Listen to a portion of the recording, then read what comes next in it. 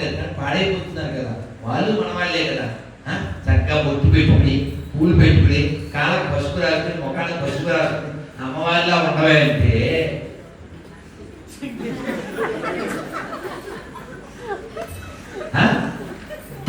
గంట పగిలిపోని అంటారు.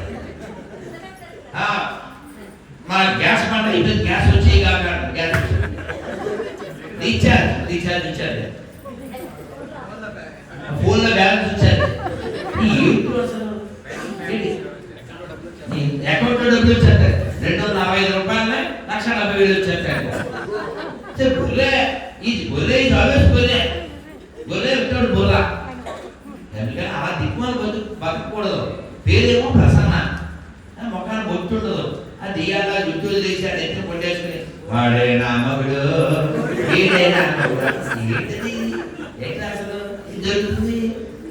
చక్కగాను సర్వమంగళ మాంగళ్యేశ్వరే సర్వార్థ సాధకే శరణ్యే త్రయంబకే దేవి గౌరీ నారాయణి నమోస్తు. చక్కగా అమ్మవారిని సేవించమంటే ఏంటిది? ఇప్పుడు కార్తీక మాసం మనమే కదా ఆలోచించేస్తున్నారు తెలుసా? 2 చక్కగా అడ్డంగా పెట్టి దాన్ని నూనె పోసేస్తున్నారు. వాళ్ళ మతంలో లేదు ఆయిల్, వాళ్ళ దగ్గరికి ఎవడైనా స్మైల్, పాస్టర్ గారు రాయలు అడిగేది మొత్తం డాయిల్. అందుకంటాను మనకు ఆ దరిద్రం వద్దు, ఆ విషయం వాళ్ళకి తెలిసేలా చెప్పాలి. అందులో దైవత్వం ఏం లేదు అని నేను ఇంగ్లీష్లో చెప్పాను. No clarity, no purity, no surety, no reality, no humanity, how stupidity this rascals speaks about spirituality. అదవుతుందా? నేను తెలుగులో చెప్పండి, ఇంగ్లీష్ చెప్పడం రాలేదు, మనకు అర్థమైనా చెప్పండి.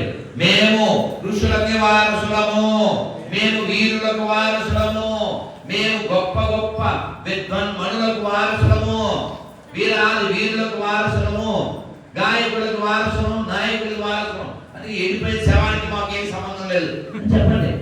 అదేవిధంగా మనందరం చక్కగా దేవాలయాల్లో ప్రతి చోట మంచి శ్లోకాలు. ఇప్పుడు అక్కడ రాముడు వారు హనుమంతుడు ఉన్నాడు, హనుమంతుడు రాయించింది అక్కడ. ఇక్కడ చూడు ఇందాక చదివావు కదా, ముకుంద ప్రియ వందే స్వర్గం వందే పన్నాగ భూషణం, అద్భుతం. అది రాయించండి. వాడు నుంచుంటాడు, వాడు నువ్వు అర్థం చేసుకుంటావా చదువుకుంటూ ఉంటాడు. వాడు హనుమంతుడి దగ్గర హనుమానంజలాసులో మహావల అది రాయించండి. అలా మనం ఎక్కడ ఒక శ్లోకం ఉంటే చదువుకుంటాడు, వాడు వదిలిపబడతాడు. అందులో మనం అందరం చక్కగా మంచి కాలాన్ని గడిపాం. మీ పిల్లల్ని ఎడ్యుకేట్ చేయండి. మోకాళ్ళు ఎప్పుడు మర్చిపోయి ఎంతసేపు కూర్చున్నందుకు మీకు నేనే సభలు కొడుకోండి.